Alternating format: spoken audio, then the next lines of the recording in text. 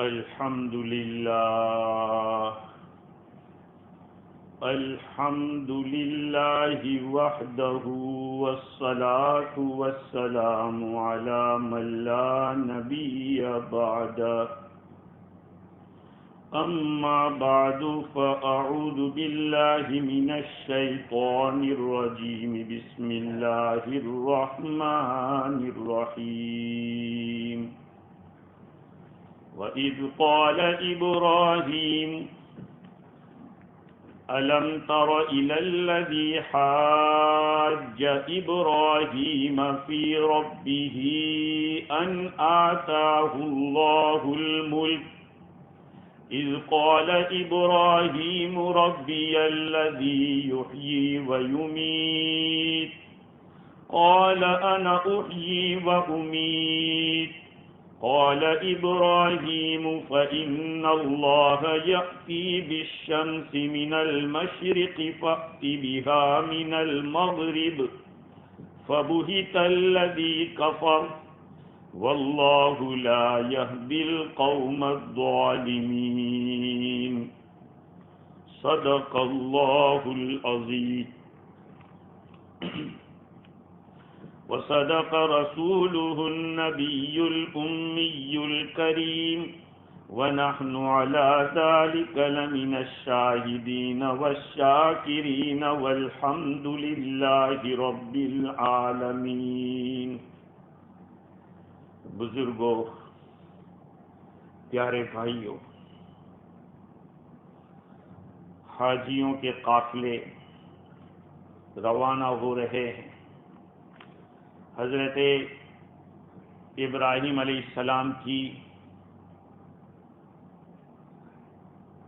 یادوں کو تازہ کرنے کے لیے، حق جل وعلا کے حکم کو پورا کرنے کے لیے قافلے رواں دواں ہیں۔ ہماری گفتگو چند ہفتوں سے سیرت ابراہیم علیہ السلام پر ہو رہی ہے، اور یقیناً انبیاء کرام علیہ السلام کی زندگی سے واقف ہونا ہم سب مسلمانوں کی ذمہ داری ہے، تاکہ ان سے عقیدت اور محبت بڑھے۔ جب بڑوں کی زندگی کو ہم لوگ سنتے ہیں تو ہمیں بہت سارے راستے ملتے ہیں، اور سیدنا ابراہیم علیہ السلام تو کئی نبیوں کے باپ ہیں اور اولو العزم پیغمبروں میں سے، جن کی زندگی سیکریفائس سے بھری ہوئی ہے، اور حق کے خاطر انہوں نے اپنی قوم سے، اپنے خاندان سے، اپنے ملک کے بادشاہ سے مقابلہ کیا، ڈیبیٹ کی، مناظرہ کیا۔ میں نے جن آیات کا سہارا لیا، ان آیات کے اندر حضرت ابراہیم علیہ السلام کے ایک مناظرے کا تذکرہ ہے، ایک ڈیبیٹ کا تذکرہ ہے، جو ایک بادشاہ کے ساتھ، اس زمانے کا نمرود نام کا بادشاہ تھا، جو بہت ہی بڑا ظالم تھا۔ نمرود ابن کنعان، سب سے پہلے سر پر تاج اگر کسی نے رکھا تو یہ بادشاہ، اور بڑا ظالم بھی تھا۔ ربوبیت کا دعویٰ کیا، اس نے خدا ہونے کا دعویٰ کیا۔ یہ مناظرہ کب پیش آیا؟ اس بارے میں مختلف رائے ہیں۔ آپ کو معلوم ہونا چاہیے کہ حضرت ابراہیم علیہ السلام نے اپنی قوم کے ساتھ بھی مناظرہ کیا۔ بخاری شریف کے اندر کئی جگہوں پر ایک روایت آئی وہ ہے حضرت ابراہیم علیہ السلام کے جھوٹ. نبی کبھی جھوٹ نہیں بولتے، لیکن وہ شکل ایسی تھی کہ جس کو آپ دیکھ کر یہ کہیں گے کہ یہ جھوٹ ہے. اس روایت کو لانے کا ایک مقصد یہ بھی ہے کہ غیروں نے ہماری کتابوں کے اوپر سے اعتماد ہٹانے کے لیے بہت ساری صحیح روایتوں کو یہ کہہ کر کہ یہ تو قرآن کے خلاف جا رہی ہے، یہ تو ایک نبی کی عزت کے اوپر آ رہی ہے بات، اس لیے بہت ساری حدیثوں کے بارے میں کہہ دیا کہ غلط. حضرت ابراہیم علیہ السلام نے اپنی زندگی کے اندر کچھ ایسے حالات آئے جن کے اندر اللہ کے خاطر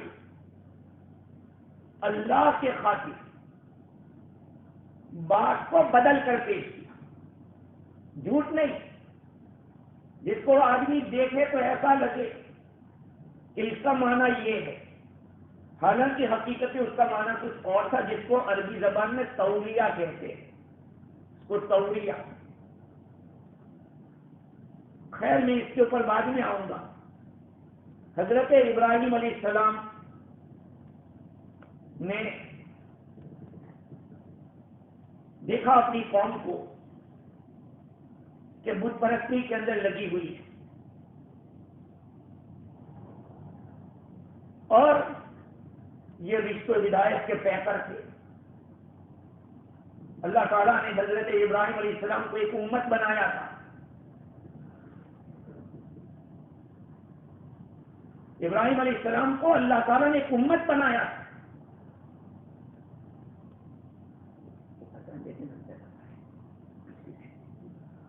ہاں تو کیا فرمایا اللہ تعالیٰ نے؟ وَلَقَدْ آتَيْنَا إِبْرَاهِيمَ رُشْدَهُ مِنْ قَبْلُ وَكُنَّا بِهِ عَالِمِينَ. ہم نے ابراہیم علیہ السلام کو رشد و ہدایت عطا فرمائی پہلے سے ہی،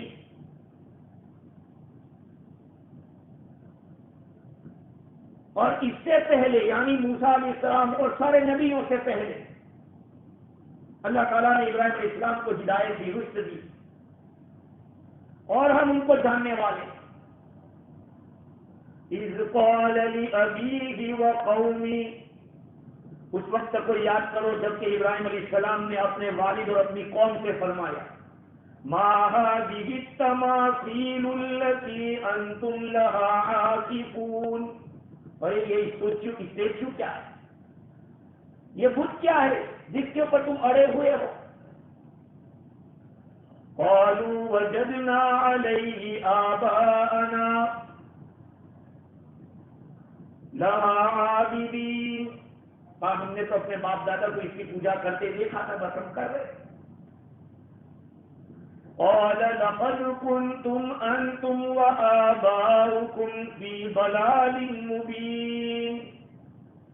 ابراہیم علیہ السلام نے فرمایا تم بھی اور تمہارے باپ دادا بھی کھلی ہوئی گمراہی میں تھے. ہاں اب سوچئے آج کے زمانے میں اگر کسی کو کہا کہ بدعت ہے، یہ شریعت کے خلاف ہے، ارے تو کون آیا، باپ دادا کرتے تھے ہم نہیں چھوڑیں گے، ایسی بات کریں گے. تو آج سے کئی ہزار سال پہلے کے لوگ کیسے ہوں گے آپ سوچ لیجیے. جب آج 15ویں صدی حضور کے بعثت کے 1400 سال کے بعد 1450 سال کے بعد اگر کچھ کہیں تو ایسا کہتے ہیں کہ ایسی بات کرتے ہیں، باپ دادا کی عمل کو چھوڑ تھوڑی دیں گے. تو یہ تو ہزاروں سال پہلے کے دماغ تھے. قالوا اجئتنا بالحق ام انت من اللاعبین.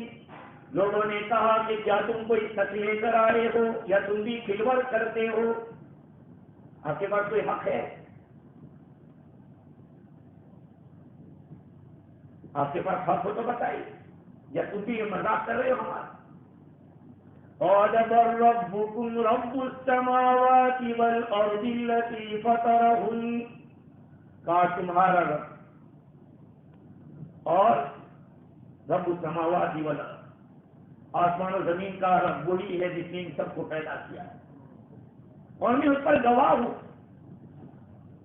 ابراہیم علیہ السلام نے قسم کھا کر ایک بات کہہ دی، وَتَاللَّهِ لَأَكِيدَنَّ أَصْنَامَكُمْ بَعْدَ أَن تُوَلُّوا مُدْبِرِينَ، میں ضرور بھی ضرور کوئی ایسی تدبیر کروں گا تمہارے بتوں کے ساتھ، جب تم پشت پھرا کے یہاں سے جاؤ گے پھر میں کروں گا۔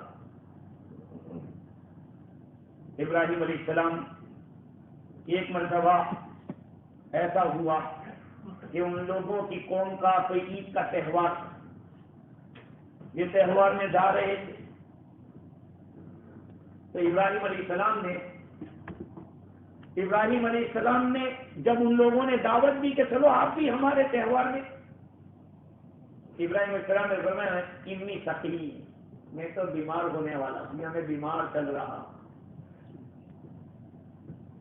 یہ لوگ گئے ادھر، یہاں حضرت ابراہیم علیہ السلام نے ہماری زبان میں کنگاری کہہ دیجیے لی اور سارے بتوں کو اڑا دیا، سب کو توڑ دیا، اور جو بڑا بت تھا اس کے گلے میں لٹکا دیا۔ فَجَعَلَهُمْ جُذَاذًا إِلَّا كَبِيرًا لَهُمْ لَعَلَّهُمْ يَرْجِعُونَ، سب کو چورا چورا ٹکڑے ٹکڑے کر دیے، لیکن جو بڑا تھا اس کو چھوڑ دیا تاکہ جب واپس آؤ تو پوچھے تو صحیح کہ کس نے کیا یہ قصہ۔ شام کو آئے لوگ، قالوا من فعل هذا بآلهتنا، لوگوں نے کہا کہ ہمارے معبودوں کے ساتھ یہ کس نے کیا؟ انه لمن الظالمین، وہ ظلم کرنے والوں میں سے جس نے یہ کیا۔ قالوا سمعنا فتى يذكرهم يقال له ابراہیم، لوگوں نے کہا کہ ایک نوجوان ہے، یہ ان کا تذکرہ کرتا رہتا ہے، جس کو ابراہیم کہتے ہیں۔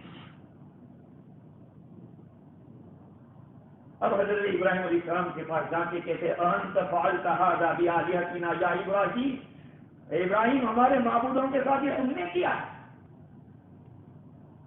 ابراہیم علیہ السلام نے فرمایا بل فعلہ کبیرہم ھذا فاسألوا ان کانوا ینطقون، ارے ان کے اس بڑے نے کیا، پوچھو اگر وہ بولتے ہو تو۔ ابراہیم علیہ السلام نے جواب دیا کہ یہ جو بڑا ہے جس کے گلے میں وہ تنگاری لگی ہوئی ہے، کھلاری یا ہتھوڑا، اسی کو پوچھ لو، وہ جواب دے گا اگر بولتے ہو تو۔ یہ ساری بات جب ہو گئی، سمجھ گئے کہ یہ ابراہیم علیہ السلام کا کام ہے، بادشاہ کے پاس پہنچے، اور بعض روایات میں یہ ہے کہ جب بتوں کو توڑ دیا، نمرود نے ان کو قید کر دیا۔ نمرود بڑا ظالم بادشاہ، پوری دنیا پر اگر کسی نے حکومت کی ہے تو 4 بادشاہوں نے کی،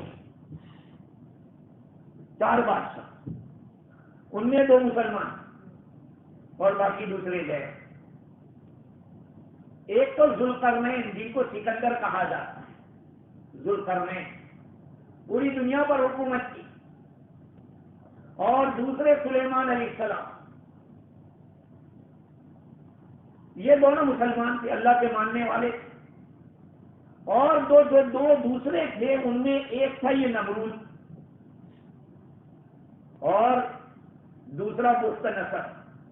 سورہ بنی اسرائیل میں اس کا تذکرہ آیا، جس نے بس مسجد اقصیٰ کو کئی دفعہ لوٹا اور کئی یہودیوں کو اس نے ختم کیا، بخت نصر، سورہ بنی اسرائیل میں اس کا تذکرہ آیا۔ یہ 4 بادشاہ تھے، انہوں نے پوری دنیا پر حکومت کی، تو یہ نمرود انہی میں سے تھا۔ اس نے حضرت ابراہیم علیہ السلام کو قید کر دیا، پھر نکالا تاکہ ابراہیم علیہ السلام کو جلاؤ آگ کے اندر۔ بعض حضرات یہ فرماتے کہ یہ واقعہ آگ میں ڈال دینے کے بعد کا ہے، جو آگے آ رہا ہے۔ پہلے تو بتوں کو توڑا، پھر ان کو آگ میں ڈالنے کی بات کی گئی، آگے چل کے یہی قصہ سورہ انبیاء کے اندر آتا ہے کہ ان لوگوں نے کیا سوچا کہ ان کے ساتھ کیا کیا جائے۔ قالوا حرقوه وانصروا آلهتكم ان كنتم فاعلين، لوگوں نے کہا کہ ابراہیم کو جلا دو، اگر تمہیں کچھ کرنا ہے اپنے معبودوں کی مدد کو ان کو جلا دو۔ اپنے معبودوں کی مدد کرو اگر تم کرنے والے. اللہ تعالیٰ وہاں اپنا آرڈر نافذ کرتا ہے. قُلْنَا يَا نَارُ كُونِي بَرْدًا وَسَلَامًا عَلَىٰ إِبْرَاهِيمَ. ہم نے حکم دیا کہ آگ تو ٹھنڈی اور سلامتی والی ہو جائے ابراہیم کے اوپر. صرف ٹھنڈی بس اللہ تعالیٰ فرماتے تو پھر بھاری پڑ جاتا رہے, لیکن ٹھنڈی اور سلامتی والی.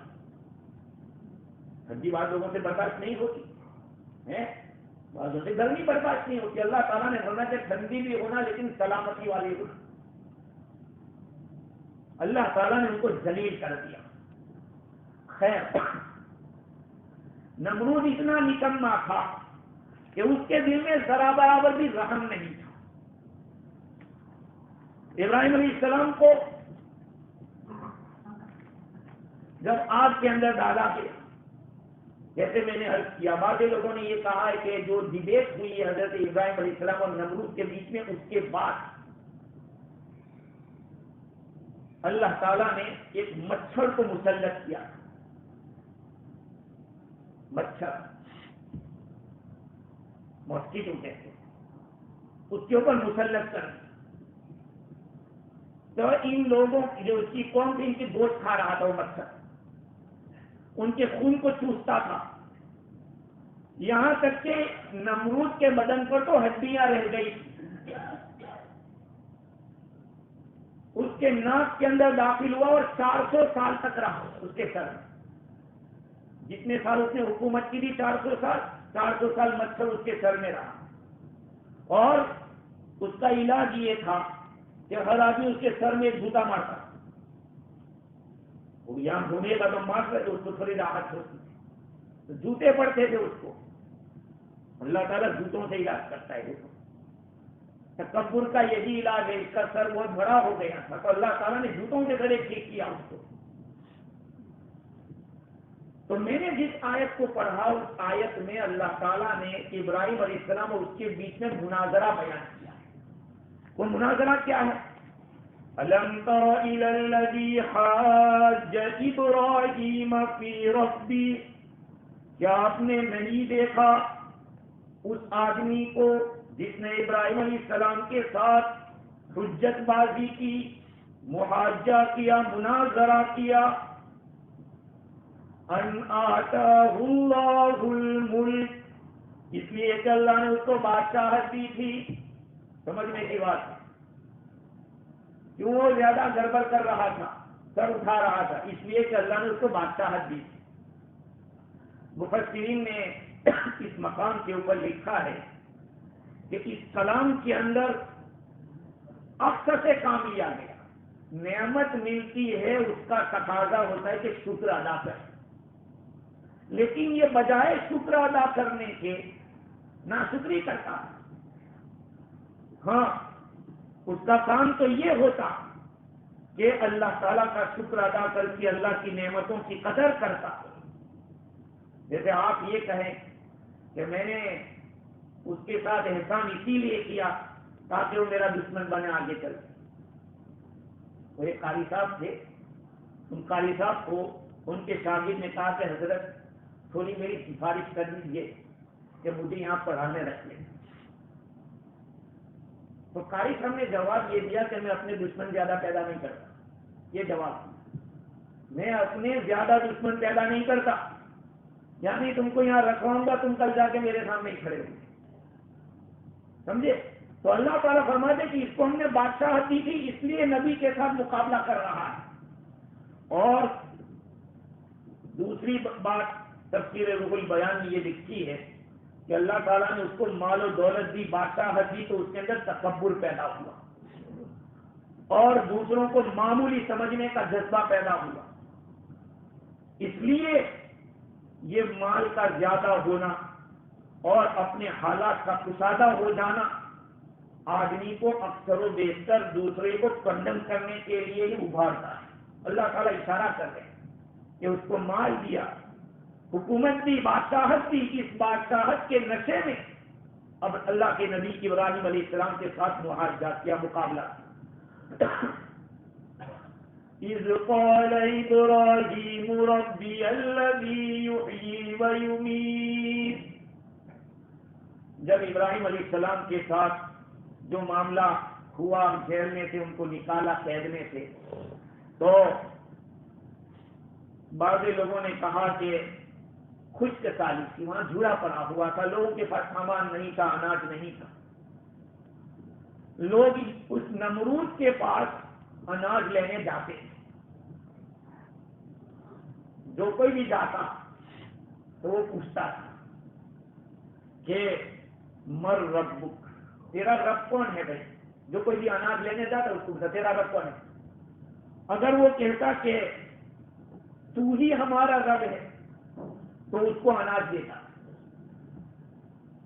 ابراہیم علیہ السلام بھی تشریف لے گئے اناج لینے کے لیے، تو اس نے کہا مر ربک، تمہارا رب کون ہے؟ کہا ربی الذی یحیی ویمیت، میرا رب وہ ہے جو زندگی بھی دیتا ہے اور موت بھی دیتا ہے۔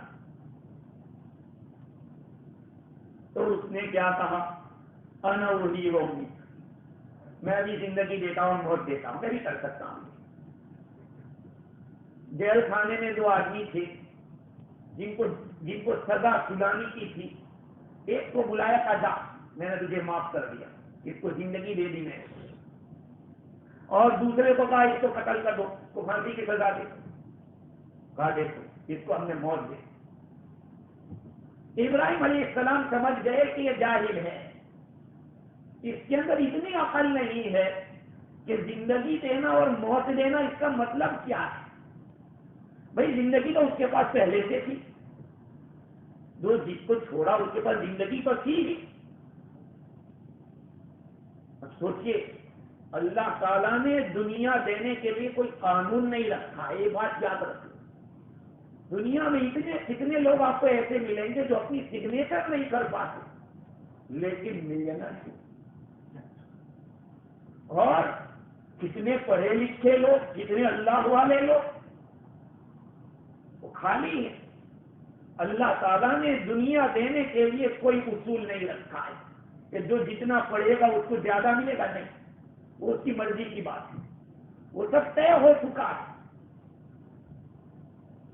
ایک مرتبہ میں نے کتاب میں پڑھا ہے کہ ایک مرتبہ کسی بستی کے اندر بہت زیادہ بارش ہوئی، اتنی بارش ہوئی کہ جو کپاس سے جس سے کاٹن نکلتا ہے، کاٹن وہ سب جل گیا پانی کے اندر۔ تو بادشاہ سے شکایت کی کہ بادشاہ سلامت، اس دفعہ تو بہت بڑا نقصان ہوا۔ کہ کیا ہوا؟ کہ ساری روئی جل گئی۔ کہتے ہو تم کو کس نے کہا تھا روئی بونے کا؟ اون بو دیتے، اون جانتے، یہ جو بھیڑے کے بدن کے اوپر جو ہوتا ہے بوئی، اس کو اون کہتے ہیں اردو کے، اور گجراتی میں کہا تم وہ بوتے تو پھر جلتی نہیں۔ اب دیکھیے عقل کی بات، اس کو یہ بھی پتا نہیں کہ یہ تو جانور سے نکلتا ہے۔ تو اللہ تعالیٰ نے دنیا دینے کے لیے کوئی قانون نہیں رکھا۔ اگر قانون ہوتا تو علماء سے بڑھ کر دنیا میں کوئی مالدار نہ ہوتا، اگر دنیا کے لیے کوئی قانون ہوتا تو عالموں سے بڑھ کر کوئی بڑا عہدیدار نہ ہوتا، لیکن یہ سب دنیا ہے میرے بھائی، اور اس کا رنج بھی نہیں ہونا چاہیے۔ خیر، ابراہیم علیہ السلام نے جب یہ اس کو فرمایا، ابراہیم علیہ السلام سمجھ گئے کہ یہ بڈھا ہے، اس کے اندر عقل نہیں ہے، میں دوسرا سوال کرتا ہوں۔ قال ابراہیم فإن الله يأتي بالشمس من المشرق فأت بها من المغرب فبهت الذي كفر۔ ابراہیم علیہ السلام نے فرمایا کہ میرا رب تو وہ ہے جو سورج کو عشق سے نکالتا ہے اور جس سمے اس کو غروب کرتا ہے۔ اللہ تعالیٰ یأتی بالشمس من المشرق، مشرق سے سورج کو نکالتا ہے، تو تم مغرب سے نکال کے دکھا دے۔ فأتی بہا من المغرب، کہا کہ وہ مبہوت ہو گیا، ہکا بکا رہ گیا۔ یہاں ایک سوال ہوتا ہے کہ وہ بھی تو یہ کہہ سکتا تھا کہ ٹھیک ہے تو اپنے اللہ سے کہہ دے کہ وہ ادھر سے نکال دے، یہ سوال وہ کر سکتا تھا، لیکن قرآن نے بیان نہیں کیا کہ اس نے یہ سوال کیا، اس لیے کہ وہ قرائن سے سمجھ چکا تھا کہ یہ جو کہہ رہا ہے وہ سچ ہے. اگر میں نے ان کو کہہ دیا، چیلنج کر دیا اور اس نے دعا کر دی اور نکل آیا سورج، تو یہ ہو سکتا ہے. اس لیے وہ اس کا جواب نہیں، نہ سوال کر سکتا نہ جواب دے سکتا. اللہ تعالیٰ فرماتے واللہ لا یہدی القوم الظالمین، اللہ تعالیٰ ظالموں کو راستہ نہیں بتاتے، ہدایت نہیں دیتے. تو دیکھیے ابراہیم علیہ السلام نے حق کے خاطر اپنی قوم سے بھی مناظرہ کیا اور اپنے بادشاہ سے بھی کیا، اپنے والد سے بھی کیا. حق کے معاملے میں ابراہیم علیہ السلام پیچھے نہیں رہے. آج میرے بھائیوں، ہم لوگ اپنے بارے میں سوچیں کہ ہم مسلمان ہیں، ہم حق پہ ہیں، کیوں ہم علم نہیں لیتے، کیوں ہم سچی باتوں کو حاصل نہیں کرتے. آج چھوٹی چھوٹی بات کے اوپر ہمارا یقین ایسے ڈاواں ڈول ہو جاتا ہے. پکا علم نہیں ہے، پکی بات نہیں ہمارے پاس. ابھی دیکھیں وہ حدیث بخاری شریف میں مختلف جگہ پر یہ روایت آئی ہے. حضرت ابو ہریرہ رضی اللہ تعالیٰ عنہ اس روایت کے راوی ہیں، فرماتے ہیں حضور صلی اللہ علیہ وسلم نے ارشاد فرمایا کہ ابراہیم علیہ السلام نے کبھی جھوٹ نہیں بولا، لیکن آپ کے بارے میں 3 جھوٹ منقول ہیں. دیکھو یہ لفظ چونکہ کذب کا لفظ ہے تو وہ جھوٹ کے معنی میں آتا ہے، اس لیے ہم اس کو جھوٹ کا ترجمہ کریں گے. باقی حقیقتاً وہ جھوٹ نہیں تھا، وہ ظاہر کچھ تھا پیچھے کچھ تھا. یہ تو حضور اکرم صلی اللہ علیہ وسلم نے بھی کیا. صدیق اکبر رضی اللہ تعالیٰ عنہ حضور اکرم صلی اللہ علیہ وسلم کے ساتھ ہجرت میں تشریف لے جا رہے ہیں. کسی نے صدیق اکبر رضی اللہ عنہ سے پوچھا کہ یہ کون ہے؟ کہا ہوا رجل یہدی، رجل یہدی، یہ وہ آدمی جو مجھے راستہ بتا. اب ایک آدمی کیا سوچے تھا کہ ان کو کہیں جانا ہوگا تو یہ راستے کا گائیڈ ہے، راستہ بتلانے والے. حالانکہ ان کی مراد یہ تھی کہ مجھے حق کا جو راستہ، دین کا راستہ ہے، یہ بتلانے والے ہیں میرے. وہ اور اللہ کے نبی کے بارے میں اوپن نہیں کرنا تھا کہ اللہ کے نبی ہے، کیونکہ اس وقت اعلان ہو چکا تھا جو ان کو قتل نعوذ باللہ قتل کر کے لائے گا اس کو اتنے اونٹ ملیں گے. تو اس کو یہ جھوٹ نہیں کہیں گے کہ صدیق اکبر رضی اللہ عنہ نے جھوٹ کیا، کہا نہیں. ایسے حضور اکرم صلی اللہ علیہ وسلم اگر جنگ کے لیے ادھر تشریف لے جانا ہوتا تو آپ پہلے ادھر چلتے تاکہ لوگوں کو یہ پتا چل جائے کہ وہ ادھر سے جانے والے، پھر اس راستے سے جاتے. تو ابراہیم علیہ السلام نے 3 موقع کے اوپر اس طرح کا کام کیا. حضور اکرم صلی اللہ علیہ وسلم فرماتے ہیں کہ ان 3 میں سے 2 تو اللہ کے لیے کیے، اور دوسری روایت میں یہ ہے کہ تینوں کے تینوں اللہ کے لیے کیے. جب ان کی قوم نے اپنے تہوار کے دن ابراہیم علیہ السلام کو وہاں لے جانے کو کہا، دعوت دی کہ آئیے ہمارے تہوار میں، ابراہیم علیہ السلام نے فرمایا کہ انی سقیم، میں بیمار ہوں. تو یہ سقیم آپ نے جو فرمایا، بیمار تو تھے نہیں.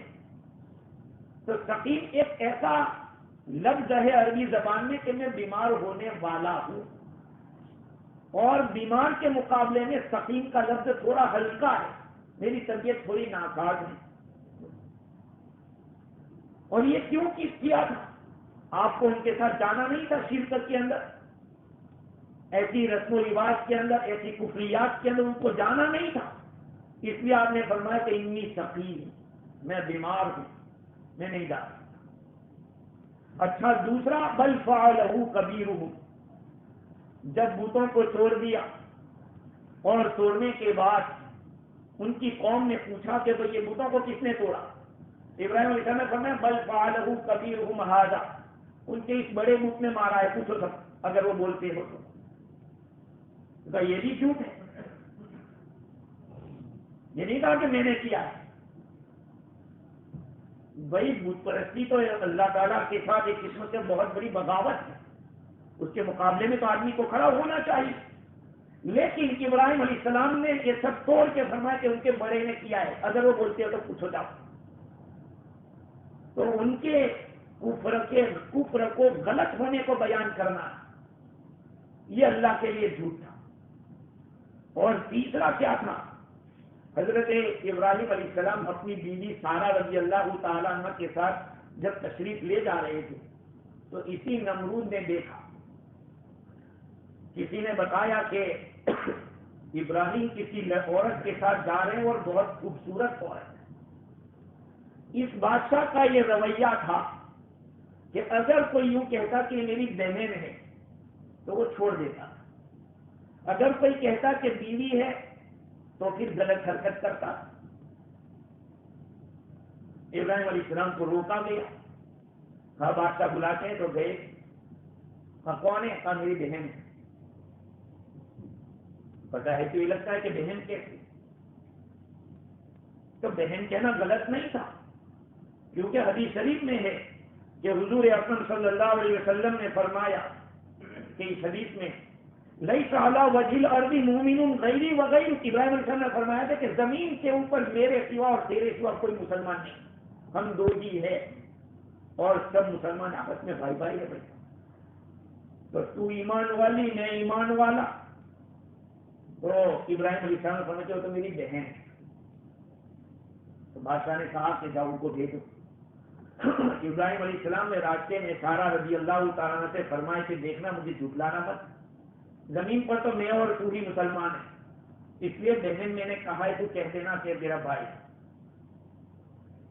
جب گئے تو اس اپنے غلط حرکت کرنے کا ارادہ کیا، حضرت سارہ رضی اللہ تعالیٰ وضو کرنا شروع کیا۔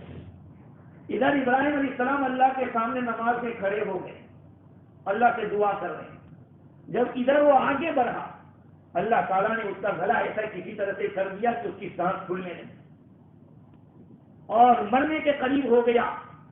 معافی مانگ رہا کہ اب میں نہیں کروں گا، مجھے چھوڑ دو، مجھے چھوڑ دو۔ پھر دوسری دعا کی حضرت سارہ رضی اللہ تعالیٰ نے، بچ گیا وہ۔ پھر وہی حرکت دوسری مرتبہ تیسری مرتبہ کیا، دعا کراتا رہا، چھوٹ گیا۔ پھر تو وہ سمجھ گیا کہ یہاں میرا بس چلنے والا نہیں ہے، نکال لیا اور اپنے جو گیٹ کیپر تھا اس کو بلایا کہ بھائی تم کسی شیطان کو لائے تھے؟ کیوں؟ کہا کہ اس طرح سے ہوا، انک لم تاتنی بانسان، تم میرے پاس کسی انسان کو نہیں لائے ہو، انما اتیتنی بشیطان، تم تو شیطان لائے۔ اب نمرود نے حضرت حاجرہ علیہ السلام کو بطور خدمت کے دیا، حضرت سارہ رضی اللہ تعالیٰ عنہ کو، کہ یہ عورت ہے، میں آپ کو خدمت میں دے گا۔ یہ پھر حضرت ابراہیم علیہ السلام کی بیوی بنی، انہوں نے حضرت اسماعیل علیہ السلام پیدا ہوئے۔ خیر، اس روایت کے اندر تین باتیں ہوئی۔ ایک تو آپ نے فرمایا میں بیمار ہوں، دوسرا بوتوں کے بارے میں فرمایا کہ ان کے اس بڑے نے کیا ہے، اور تیسرا یہ کہ حضرت سارہ رضی اللہ عنہ کو اپنے بہن تھا۔ نبی اکرم صلی اللہ علیہ وسلم فرماتے ہیں کہ پہلے دو کام تو اللہ کے لیے، دیکھو تیسرا کام بھی اللہ ہی کے لیے تھا کہ گناہ سے روکنا تھا، اپنی عصمت کی عزت کی حفاظت کرنا تھا، اپنی جوڑوں کی حفاظت کرنا تھا، یہ بھی اللہ ہی کے لیے تھا۔ لیکن چونکہ اس کا نفع حضرت ابراہیم علیہ السلام کو بھی پہنچ رہا تھا، اس لیے حضور نے فرمایا کہ یہ جو تیسرا عمل تھا وہ اپنے لیے تھا۔ اب آئیے اس بات کی طرف، مرزا غلام قادیانی جس کو ہم احمدیہ کہتے ہیں، ان کا گرو ہے وہ، اس نے اور بہت سارے مستشرق علماء نے اس حدیث کا انکار کر دیا۔ بھائی کیوں انکار کر دیا؟ کہا کہ ابراہیم علیہ السلام کے اوپر جھوٹ کی بات آ رہی ہے، اور جو بھی حدیث قرآن کے خلاف ہو وہ حدیث ریجیکٹ۔ یہ بات تو بہت صحیح ہے، لیکن یہ بھی تو ہونا چاہیے کہ قرآن کے خلاف ہو۔ بات تو آپ کی صحیح ہے، لیکن قرآن کے خلاف ہونا وہ بھی ثابت کرو۔ یہ جھوٹ ہے ہی نہیں، لفظ کیونکہ اس کے لیے کذب کا استعمال کیا حضور صلی اللہ علیہ وسلم نے، اور یہ بتلانے کے لیے کہ جس کا ظاہر ایسا تھا کہ آدمی ایسا سوچے کہ یہ جھوٹ ہے، حقیقت میں وہ جھوٹ نہیں تھا، وہ توریہ۔ آدمی اللہ کے لیے اس طرح کوئی معاملہ ہو، دیکھو اپنے مقاصد کے لیے تو جھوٹ بولنا جائز نہیں، اور کھلا جھوٹ بھی نہیں بولنا چاہیے۔ کبھی ایسا معاملہ ہو تو ایسا طریقہ اپنایا جائے کہ جس کے اندر ہمارا دین محفوظ رہے. اب وہ مستشرق علماء نے یہ کہہ دیا کہ یہ حدیث ہے ہی نہیں، غلط ہے. بہت آسان ہے. لیکن بخاری شریف کے اندر یہ کتاب، یہ بخاری شریف میں حدیث آئی اور کئی دفعہ آئی.